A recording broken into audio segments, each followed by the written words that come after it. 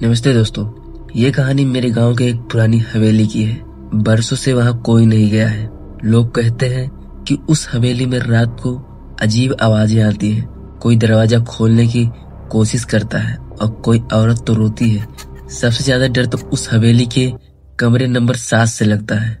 गांव के बूढ़े लोग कहते हैं कि उस कमरे को जिसने भी खोला वो आज तक वापस नहीं लौटा। गांव के 3 लोग थे, आरो, नील और कविता। तीनों पढ़ाई कर रहे थे और कहानी पर रिसर्च करने का शौक था। आरो हमेशा रोमांच की तलाश में रहता। नील एक व्यवहारिक लड़का था, उसे भूत प्रेत में विश्वास नहीं था। लेकिन कविता एक बहुत संवेदनशील लड़की थी, उसे डर जल्दी लग जाता था। एक शाम तीनों आपस में बैठकर बात कर रहे थे। नील ने मजाक करते हुए कहा, ये सब किस्से कहानियां हैं, असल में यह कुछ नहीं होता।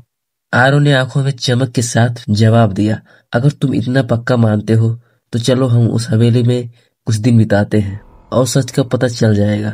कविता डरते हुए बोली, मुझे नहीं जाना तुम लोगों के साथ, तुम जाओ। लेकिन आखिरकार दोनों के जबरदस्ती मनाने पर वो तैयार हो गई। अगली रात तीनों टार्च और मोबाइल लेकर हवेली की ओर चल पड़े।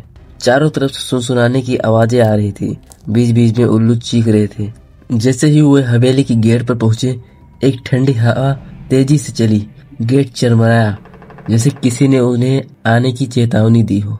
अंदर घुसते ही बदबूदार हवा महसूस हुआ। अंदर पंखे टूटे हुए थे और हर तरफ धूल जमी हुई थी।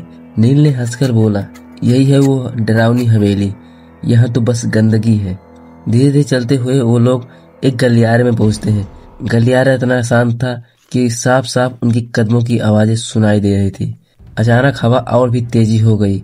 आरो ने सामने देखा तो एक कमरा था जिस पर बड़े अंक में लिखा था कमरा नंबर 7। आरो ने धीरे से कहा, कमरा नंबर 7 यही है जिसे लोग डरावने मानते हैं। कविता ने उसका हाथ पकड़ लिया और कहा, कृपया इसे मत खोलो।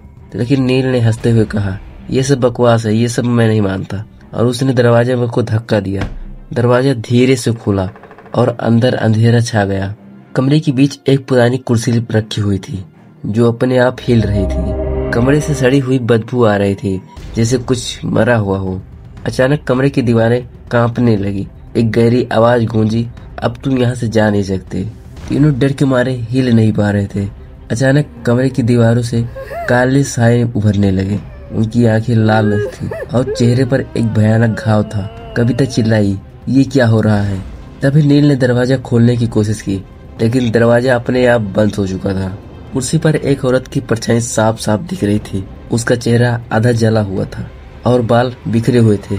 उसने एक धीमी आवाज में कहा, हर 100 साल में 7 आत्माएं चाहिए और गिनती की अभी कुछ कम है, मतलब कि तुम भी हमारे साथ चलोगे। नील ने डर के बावजूद भी हिम्मत दिखाई और चिल्लाया, हमें छोड़ दो, हमें कुछ नहीं चाहिए। औरत हंसते हुए बोली, तुम्हारे लिए अब कोई रास्ता नहीं है। तभी काले साए नील की ओर बढ़े और उसे पकड़कर सामने वाले कमरे में खींच कर लेके गए। उसकी चीख पूरे कमरे में गूंजी और उससे एक सन्नाटा छा गया। आरो और कविता ने पूरी ताकत से दरवाजा पीटना शुरू किया। अचानक दरवाजा खुला और दोनों बाहर की ओर भागे। दोनों बिना पीछे देखे हवेली से बाहर निकले और गांव की ओर बढ़े। गांव पहुंचकर लोगों को इकट्ठा किया। सबने उनसे पूछा, तुम तो 3 लोग गए थे, नील कहाँ पर है? आरो ने हाँफते हुए बोला, वो अंदर ही रह गया, उसे वो ले गई।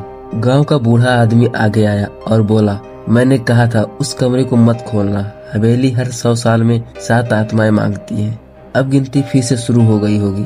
उस रात आरव और कविता सो नहीं पाए। उनके कानों में नील की आवाजें बार बार गूंज रही थी। अगले दिन गांव वालों ने जब हवेली को देखा तो उस कमरे के गेट के बगल एक खिड़की बनी थी। बूढ़े ने कहा, हर आत्माएं की जाने पर यह खिड़की बनती है। नील अब हमेशा के लिए बंद हो चुका है। आरो और कविता को उस हादसे के बाद हमेशा डर लगने लगा। कई बार उन्हें रात को सपनों में नील दिखाई देता जो कहता, मुझे बाहर निकालो। लेकिन वो जानते हैं कि यह मुमकिन नहीं है, वह जा चुका है। हवेली अब और भी खतरनाक लगने लगी। कहते हैं कि अगर कोई आधी रात को हवेली के पास से गुजरे तो उसे कमरे में चीखने की आवाजें आती हैं और ऐसे लगता कोई दरवाजा पीट रहा हो, और जो भी अंदर है वो कभी वापस नहीं आएगा।